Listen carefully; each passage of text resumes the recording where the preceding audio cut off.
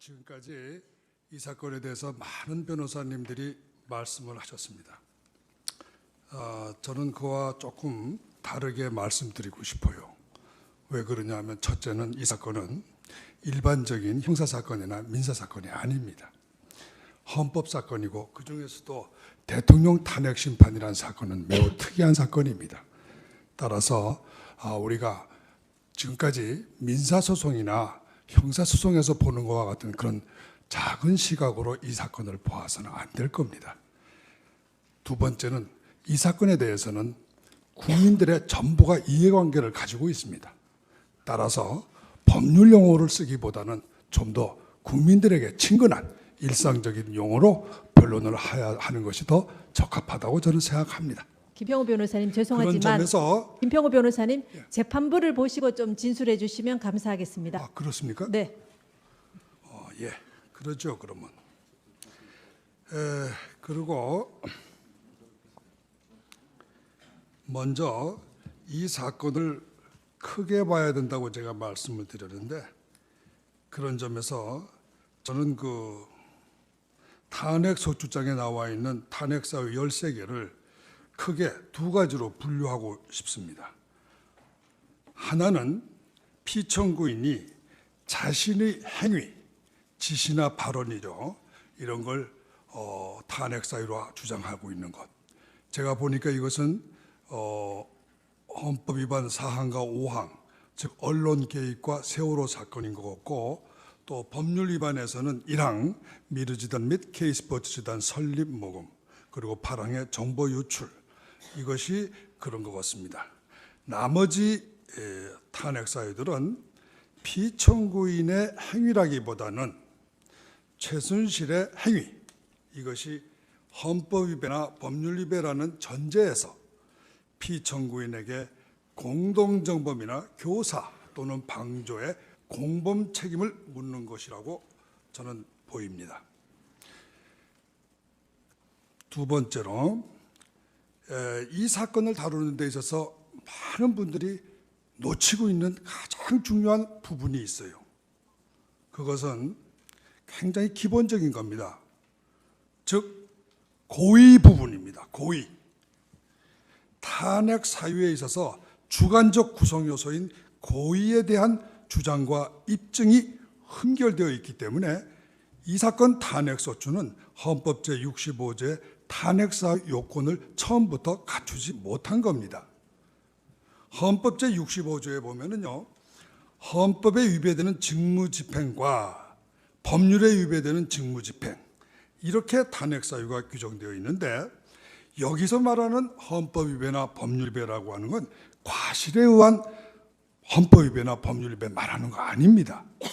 또 이것은 분명히 고의적인 헌법 위배나 법률 위배를 말하는 것입니다. 여러분도 다 아시다시피 고의 없이 처벌 없다. 이것은 근대법의 가장 기본적인 원리입니다.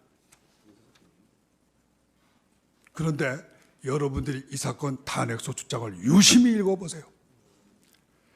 피청구인에게 고의라는 구성요건을 적시한 단 한마디 말도 없습니다.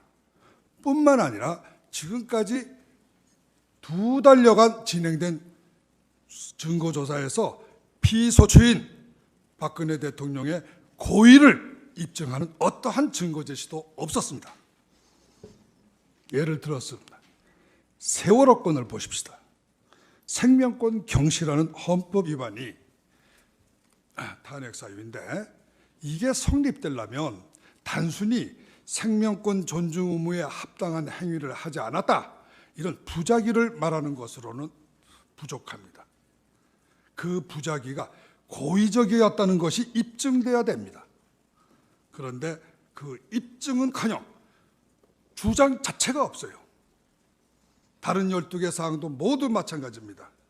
이 사건 소추장 전 페이지에서 피청구인이 헌법 위배나 법률 위배를 고의로 하였다는 단 한마디 주장이나 입증이 없습니다.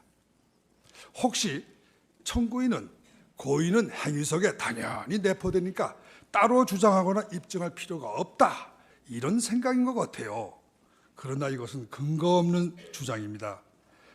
과실 책임의 경우에 과실의 주장 입증 책임이 소추자에게 있듯이 고의도 그 주장 입증 책임은 소추자에게 있습니다.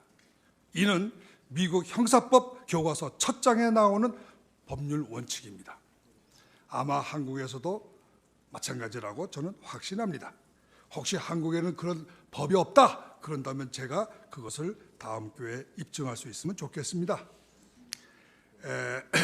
만일에 고의의 주장 입증 책임을 청구인이 지지 않고 피청구인이 진다면 피청구인은 자기에게 고의가 없었다는 것을 주장 입증해야 됩니다. 그런데 이것은 마치 소추에서 피청구인이 세월호 사건 7시간 동안에 어디서 무엇을 하였는지를 밝혀야만 무죄가 된다는 식의, 이거는 시대에 완전히 뒤떨어진 소추입니다. 또 재판입니다.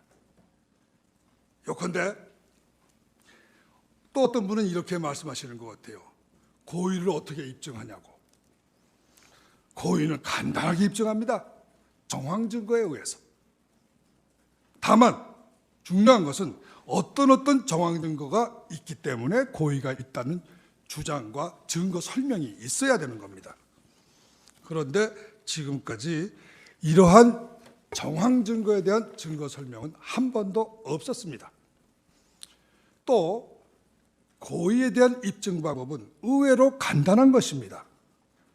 미국 법에서는 처벌이 선례가 있다는 것을 검사들이 가장 흔히 쓰는 고의의 입증 자료로 쓰고 있습니다.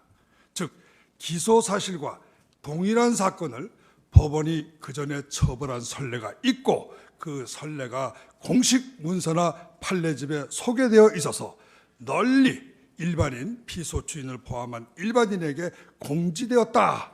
이런 자료가 있으면 피청구인은 이러한 처벌 선례가 있다는 것을 알면서 같은 행위를 저질렀기 때문에 고의가 있다고 인정되는 것입니다.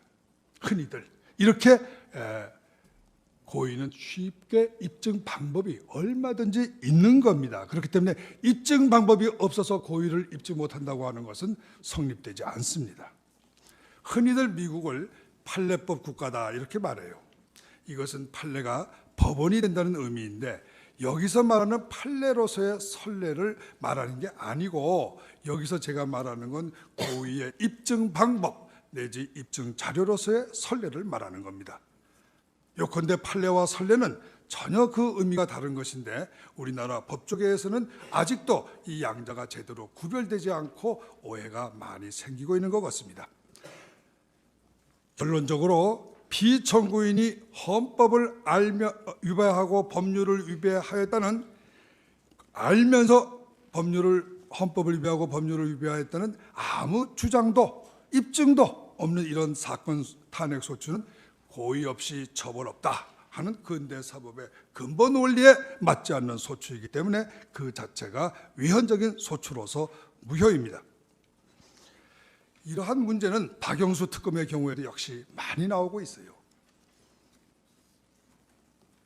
김기춘 씨나 또는 조윤선 장관을 기소할 때 그 직권남용에 보면은 공소장을 제가 보고 또 영장도 봤는데 고의에 대한 주장 입증이 전혀 없어요.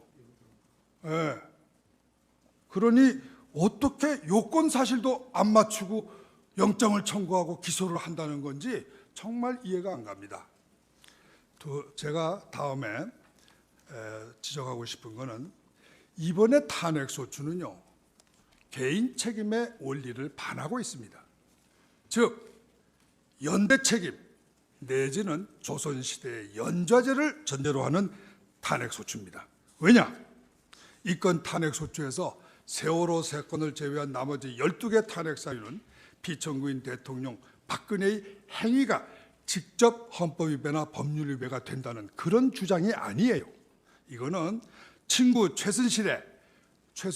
최소원인가요? 예, 비리 부정이 헌법 위배나 법률 위반이므로 박 대통령이 친구니까 책임져야 한다.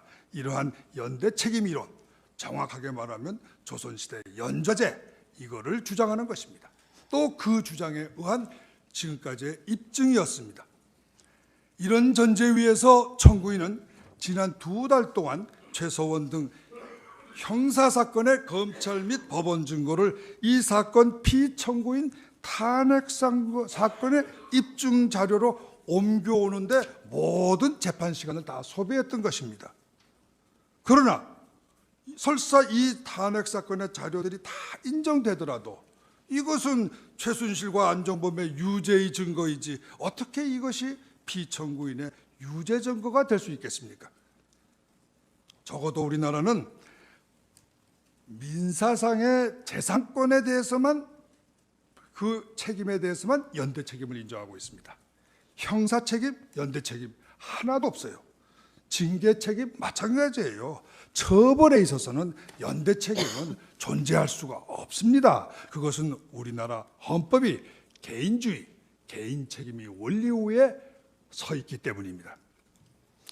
그 다음에 공범 책임의 요건인 공범 요소 의사의 주장이 입증이 없습니다. 형사법에서 타인의 행위에 대해서 처벌받으려면 공범자 요건이 갖추어져야 됩니다.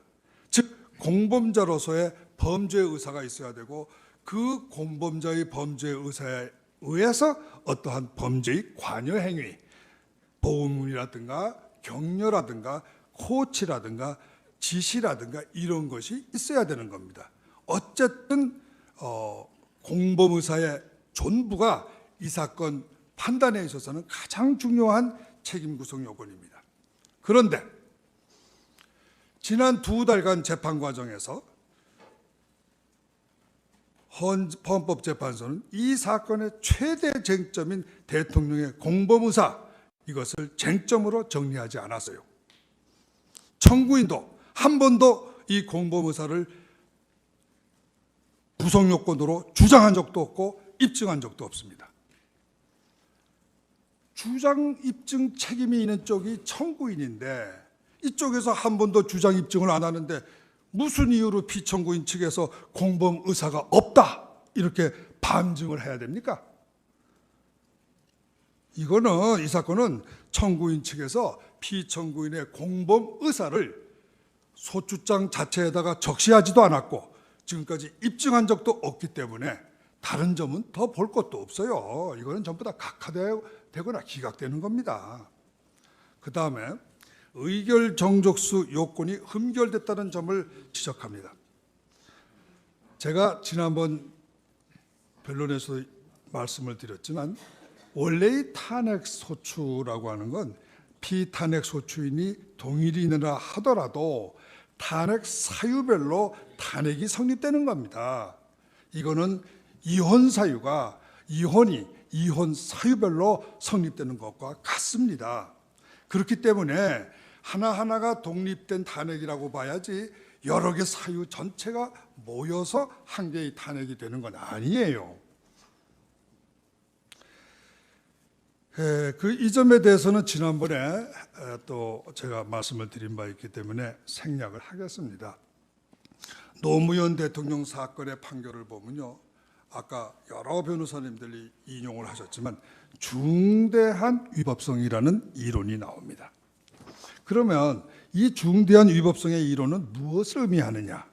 이거는 탄핵의 여부는요. 그 탄핵 사유가 몇 가지냐? 숫자를 세는 게 아닙니다. 그 양을 세는 게 아니에요.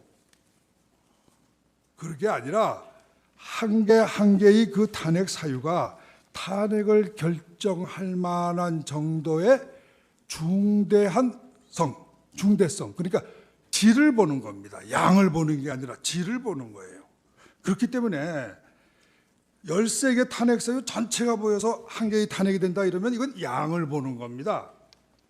질을 보는 게 아니에요. 그런 점에서 중대성 위법의 법리 이 자체가 벌써 탄핵 사유는 개별적으로 탄핵이 된다고 하는 그 당연 누구나 다 알고 있는 외국에서는 누구나 다 알고 있는 이 자명한 법리를 전제하고 있는 겁니다. 우리 국회가 이 자명한 전 세계 사람들이 다 아는 이 자명한 법리를 무시하고 있는 거예요. 국회법을 근거로. 아니, 국회법이 어떻게 헌법보다 위입니까? 난 그걸 이해할 수가 없어요. 이 주장을 하는 사람들을. 또 지금 말씀대로 한다면요, 좋다. 그러면 국회의 말대로 한다면요, 13개 사유를 개별 투표했더라도 13개 사안 전부에 대해서 234명이 찬성했을 거다. 이런 가설이 성립돼야 됩니다. 그렇잖아요.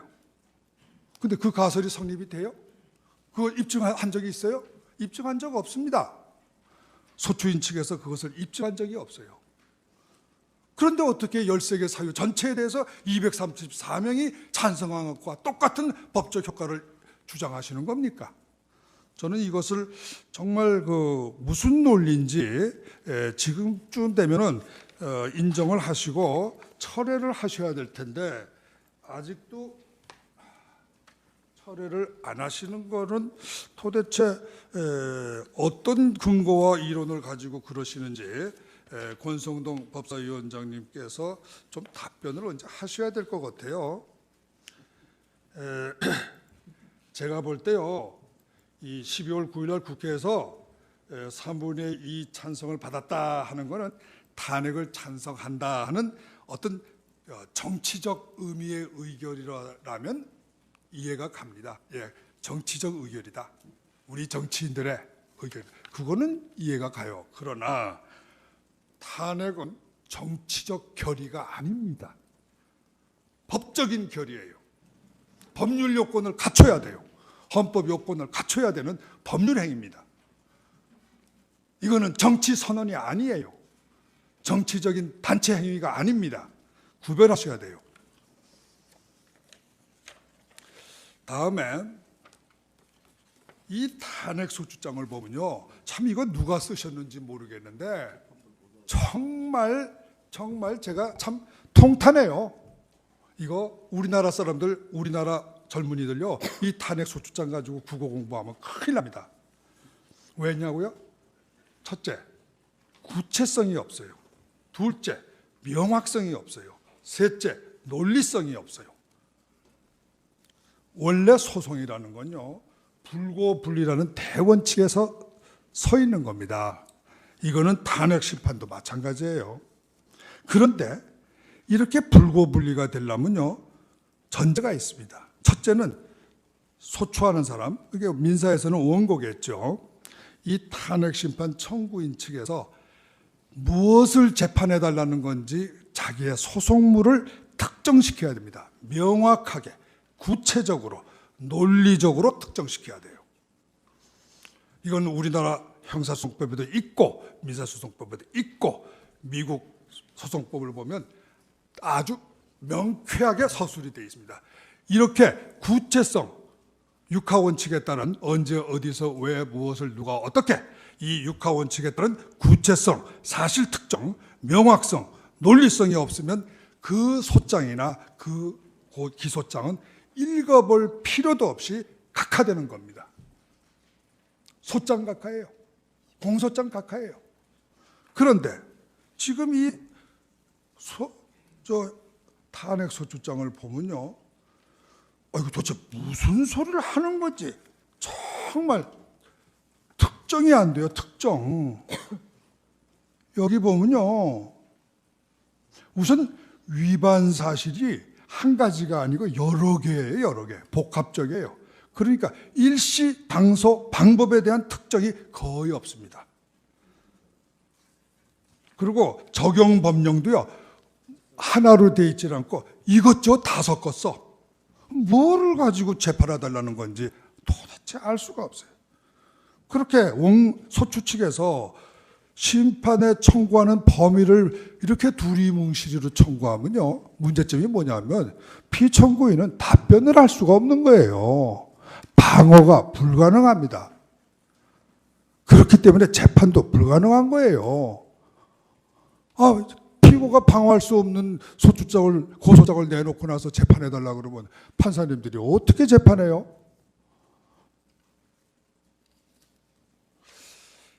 저기 그 형법 제254조 한번 읽어보세요. 여기 소추장, 고소장, 기소장은 반드시 일시 장소를 특정하라고 되어 있어요. 이게 소추장도 일종의 기소장이니까 일시 장소가 특정돼야 됩니다. 특정되어 있지 않아요. 아주 대표적으로 헌법 위반 탄핵 사유 1이라는 거 한번 보세요. 이거 보면요, 이게 앞에 뭐라고 되어 있냐면 박근혜 대통령은 공무상 비밀 내용을 담고 있는 각종 정책 및 인사 문건을, 각종이라는 게 뭐예요? 도대체 몇 개입니까 이거? 각종이라 그러면 범위가 어느 범위예요 도대체? 1000장입니까? 1000건입니까? 10,000건입니까? 이런 기소장이 세상에 어디 있어요? 그 다음에 이거를 직원을 시켜서 최순실에게 전달하여 누설하고, 최순실에게 전달하면 누설이 됩니까? 누설이라는 게 그런 뜻이에요. 이쪽 뭐 소위 비선실세로서, 이거 뜻을 아세요? 비선실세 개념을 정해야 될 거 아니에요. 사람을 때려잡으려면 정확한 용어를 사용해야 돼요. 비선실세라는 뜻도 모르는 단어 가지고 대통령을 잡겠다? 참 이거 김평우 변호사님, 대통령을 잡겠다는 말씀이 너무 지나치지 않습니까? 예, 그러면 기소, 소추하겠다, 쫓아내겠다 이렇게 고치겠습니다. 그 용어 선택에 좀 신중해 주십시오. 예, 제가요 용어 선택이 참 부적절했음을 사과드립니다. 예, 용어를 적절하게 선택하려니까 뭐 어떻게 의미 전달이 좀 잘 안 되네요. 그래서 제가 쉽게 전달하기 위해서 썼는데 부적절한 용어임을 제가 사과드리겠습니다. 어쨌든 쭉 그 내용을 읽어보시면요, 너무 단어들이 추상적이고 일자와 특정이 안 되고 내용은 자기만 아는 단어를 쓰고 있고, 참 이거는 이렇게 하면 안 된다고 저는 생각합니다. 그리고 적용 법령을 또 한번 보세요. 권성동 위원장님이 쓰신 탄핵소추 헌법 1항의 적용 법령이 어떻게 되는지 아세요? 국민주권주의 제1조 대의민주주의, 헌법 제67조 1항 법치국가 원칙 파괴, 국무회의에 관한 헌법 규정 위반, 대통령의 헌법 수호 및 헌법 준수 의무 위반, 7개예요. 제가 조항을 씌워보니까 7개 조항의 헌법 위배예요. 그러면 뭐를 탄핵한 거예요? 7개 전부? 구체적으로 탄핵 사유, 그러면 탄핵 사유는 7개가 다 여기 들어있어야 될 거 아니에요. 논리적으로 연결을 시켜줘야 될 거 아니에요. 그래야 우리가 이해할 수 있잖아요. 그래야 피청구인이 이해를 하고 답변을 낼 텐데, 이거 혼자 하시는 이상한 두리뭉실이 이걸 쓰셔가지고 도대체 이쪽에서는 뜻을 몰라서 방어를 못하게 만들면 그거 어떻게 되겠습니까?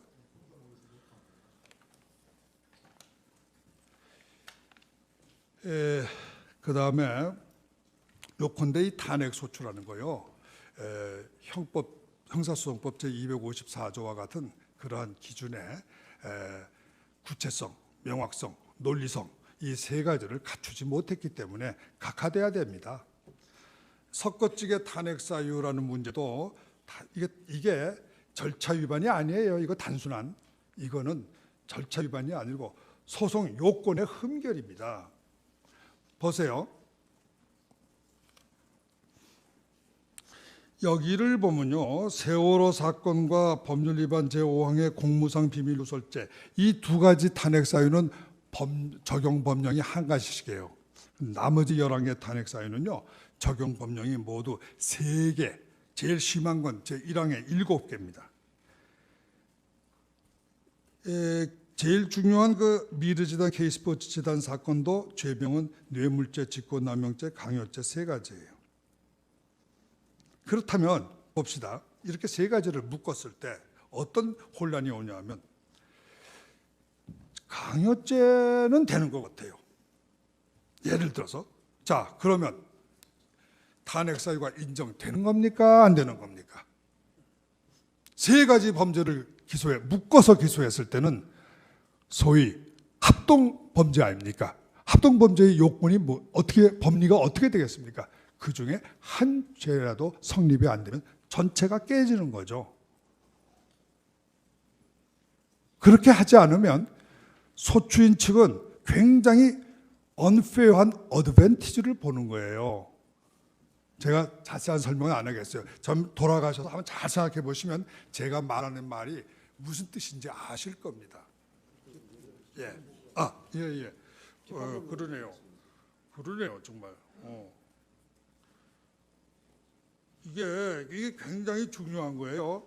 한 범죄만 부정이 돼도 이 탄핵 사유가 부정이 되는 것이라고 저는 해석합니다. 만일 그렇게 해석하지 않으면 이거는 탄핵 사유 한 개 아니에요. 탄핵 사유가 3개가 되는 거예요. 제가 그러한 그 논리의 그러한 그 생각으로 한번 이걸 씌워봤어요. 그랬더니 지금 탄핵 사유가 40개예요. 40개. 이 탄핵 소추장은 처음에 발표할 때는 13개라고 그랬는데 오늘 제가 들어보니까 이 청구인 측에서는 17개라고 또 숫자를 늘리셨네요. 근데 제가 해석해 보니까 객관적으로는 40개예요. 40개가 넘어요. 이렇게 탄핵 사유가 숫자가 왔다 갔다 해가지고 무슨 재판이 되겠습니까?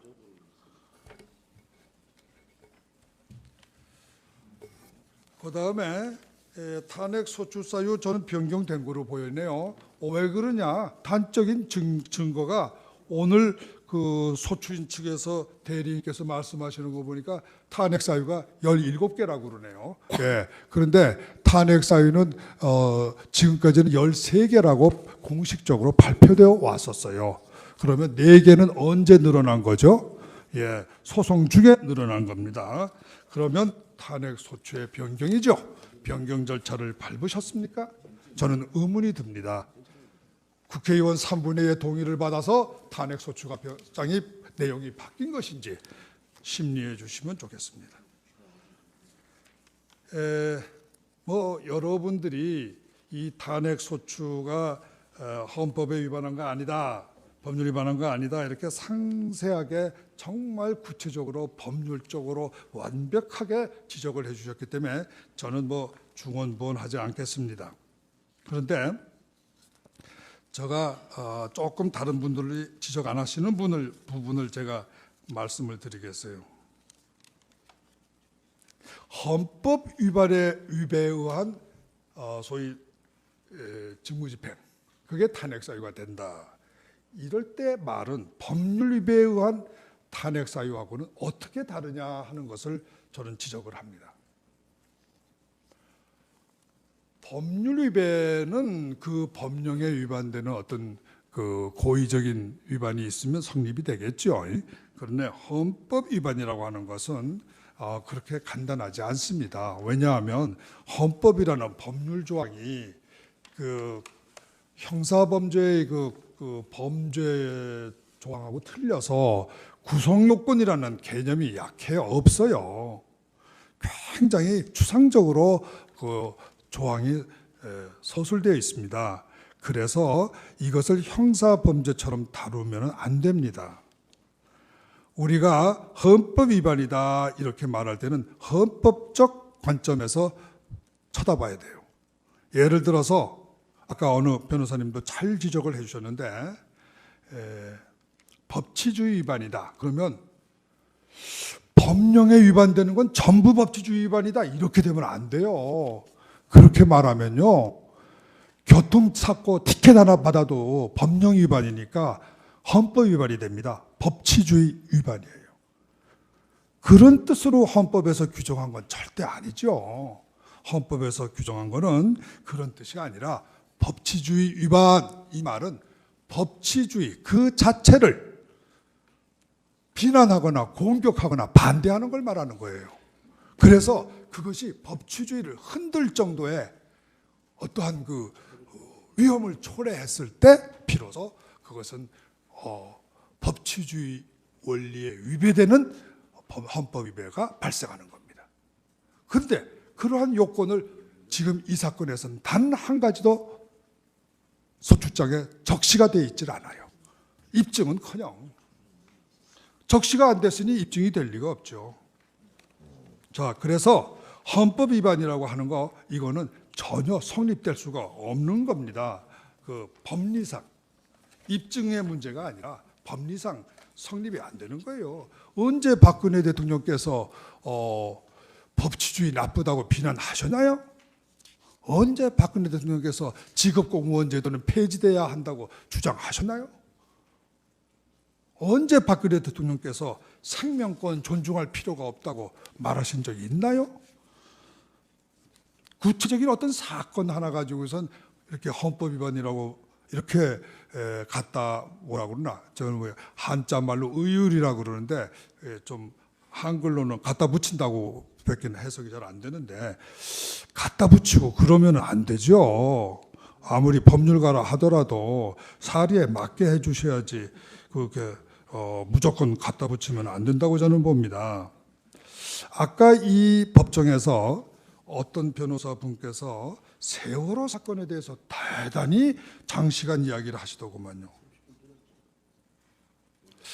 참 물론 참 뭐 깊은 생각을 그렇게 여러 가지 연구를 많이 하신 건 알겠는데 이게 헌법 사건 아닙니까? 그러면 국민이 납득할 수 있는 말씀을 해주셔야 될 것 같아요. 그래서 저는 국민이 납득할 수 있는 입장에서 왜 이것이 죄가 될 수 없는가를 말씀을 드리겠습니다. 첫째로 아까 그 변호사님이 말씀하신 걸 들어보니까 이거 대통령은 신하니면 안 되겠습니다. 박근혜 대통령한테 사고 날 걸 미리 알고 대비하고 있어야 되고 또 선장은 못 구해도 뛰어가서 구하도록 할 책임이 있고 나는 그게 무슨 말씀인지 전혀 이해가 안 가요. 그게 상식적으로 생각해서 박 대통령도 인간이고 모든 인간은 완벽한 인간도 없고 완전한 인간도 없고 전지전능한 인간은 없어요. 만일에 박 대통령을 이런 이유로 쫓아냈다고 합시다. 그러면 다음번에 나오시는 대통령분이 어떤 분이신지 모르겠지만 그분이 대통령 되시면은 우리나라에 세월호 같은 재난사고 안 생길 것 같습니까? 박 대통령 때문에 세월호 피해자 300명이 죽었다는 이 3단 논리는 정말 어떤 법률을 그렇게 공부하셨는지 모르지만 성립될 상식에 맞지 않는 주장입니다. 어떻게 법률을 배워서 법률론을 전개하는 건 좋지만 그 결론이 국민의 상식에 맞지 않으면 저는 그거는 궤변이라고 느껴요. 저는 법률을 중간에 전개하는 논리로 보지 않고 그 결론으로 봅니다. 그 결론이 상식에 맞지 않으면 틀린 법률론이에요. 지금 이 세월호 사건에서 말이죠. 법적 책임을 왜 묻느냐고 그러시는데 아니 그러면 법적 책임을 묻자고 탄핵한 거 아닌가요? 이거 무슨 정치적 책임? 글쎄 박근혜 대통령이 세월호의 피해자를 구조해야 되는 정치적 책임이 있다. 글쎄 그거는 옛날 조선시대 왕들에게는 뭐 그런 논리가 있었죠. 그러나 지금 21세기 국가에서 그런 논리를 피신다 그러면 다른 나라 외국 사람들이 웃을 겁니다. 제가 볼 때 첫째는 이게 안 되는 이유가 박 대통령이 우선 그 7시간 행적이라고 하는 건 그거를 꼭 밝혀라 이렇게 요구하는 건요. 표현의 자유를 침해하는 거예요. 왜 그런지 아세요? 우리가 헌법상의 표현의 자유라고 할 때는 언론의 자유, 표현의 자유를 말할 때는요. 침묵의 자유도 포함한 겁니다. 노 코멘트도 포함한 거예요. 어떻게 노 코멘트가 헌법 위반이 됩니까? 난 도대체 침묵하는 걸 갖다 침묵하는 걸 범죄로 만드는 그런 논리가 어떻게 성립이 되는지 이해할 수가 없어요. 그리고 이 세월호 사건은 언제적 일입니까? 이 탄핵 소추장 쓰시기 2년 반 전인 거로 제가 알아요. 원래 탄핵이라고 하는 건요. 지나간 일 가지고 하는 거 아닙니다. 옛날 옛적 일 가지고 하는 거 아니에요. 에? 근데 이거 2년 동안 가만히 있다가 와서 그거를 가지고 탄핵을 한다? 그러면 도대체 탄핵이란 건 시효가 없나요? 저는 그거 굉장히 무슨 그 근거에서 이거를 주장하시는지, 제가 알고 있기로는 독일에서는 이 시한 제한이 있는 거로 압니다. 이 탄핵의 사유가 될 수 있는 소위 비리나 부정 이런 건 얼마 기간이 제한이 있다고 알고 있어요. 좀 김평우 2년 변호사님, 반은 조금 지금 지나친 것 시간이 같습니다. 아까 말씀하신 시간보다 좀 많이 경과됐는데요. 요약해서 압축적으로 좀 말씀해 주시면 감사하겠습니다. 또 진술하실 분이 여러분이 계시니까 그 좀 양해해 주시면 감사하겠습니다. 네, 그래요. 예. 그러면 많이 있지만 협조해드리기 위해서 아주 간략하게 요거 서면 진술로 서면을 읽어봐 주시는 거로 알고 제가 그러면 요점만 이야기하겠습니다. 뇌물죄 이야기에 대해서 하겠습니다. 여러분, 이 대통령 뇌물죄라는 건요 외국에는 없어요. 없는 걸로 알고 있어요. 근데 좋아요. 이따 합시다. 우리나라에는 있습니다. 노무현 대통령과 전두환 대통령께서 소위 포괄 뇌물죄라는 판례를 만드신 사건이 있어요. 아마 제가 알고 있기로는 지금 국회가 박근혜 대통령을 이렇게 뇌물죄로 소추한 거는 바로 전두환 노태우 대통령의 그 포괄 뇌물죄를 그대로 여기다 갖다 붙이시는 것 같아요. 지금 박영수 특검이 열심히 조사하는 것도 바로 이 포괄 뇌물죄 이론을 여기다 적용하시려는 것 같습니다. 그런데 생각해 보세요. 이 전두환 노태우 씨의 그 사건은요 통치자금 비리입니다. 직접 청와대에서 자기가 돈을 받았어요. 재단에 넣은 적 없어요. 통치자금으로 쓰겠다고 보유하고 있다가 들킨 겁니다. 어떻게 그 사건하고 지금 이 미르재단, K스포츠재단이 같은 사실관계입니까? 전혀 사실관계가 다른데 그거를 적용하겠다. 참 잘못된 거죠. 네, 포괄뇌물죄 이런 재단법인의 설립에다 적용하는 거 아닙니다. 재단법인의 설립하는 법리는 따로 있어요. 그 마땅한 그 사실관계에 맞는 그러한 법률을 찾아서 적용하셔야 된다고 생각합니다. 여기 KD 코퍼레이션서부터 시작해서 여러 가지 이권 개입 이게 있는데 저는 여기 다른 분들이 다 말씀을 잘 하셨기 때문에 그 문제에 대해서는 제가 더 이상 추가해서 특별히 말씀을 드리지 않겠습니다. 끝으로 아까 여러분들이 소위 탄핵은 단순한 법적 책임이 아니라 정치적 책임을 묻는 거다. 굉장한 잘 모르는 여러 이론을 세우시더구만요.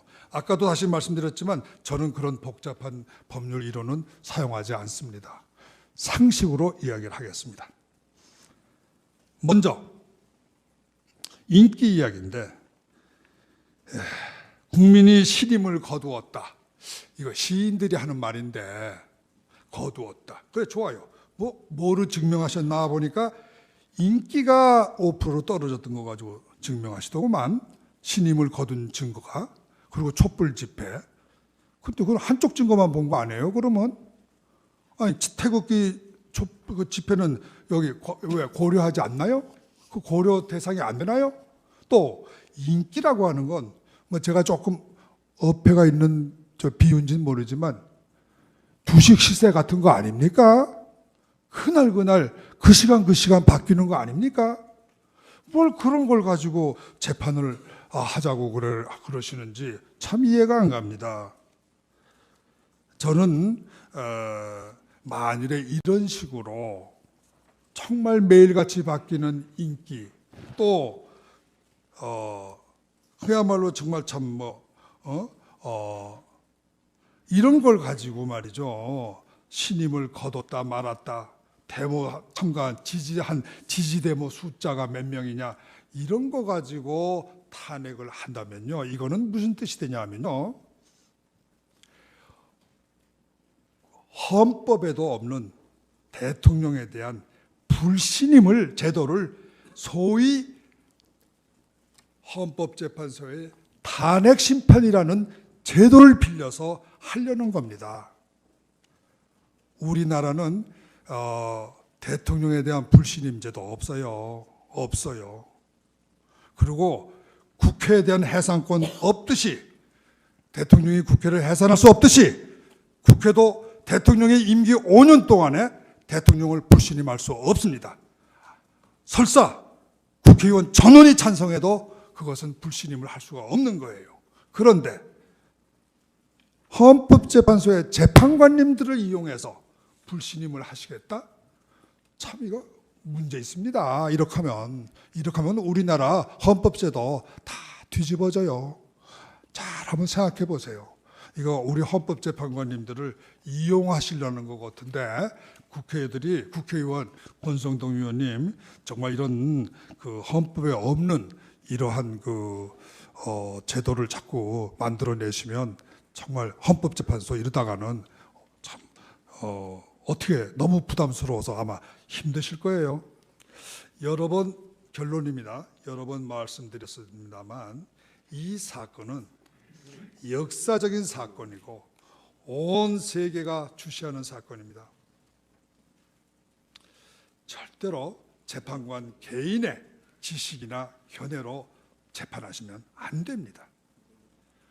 언제 누구에게 내놓아도 부끄럽지 않고 허점이 없는 공명정대한 담론으로 결정하셔야 됩니다.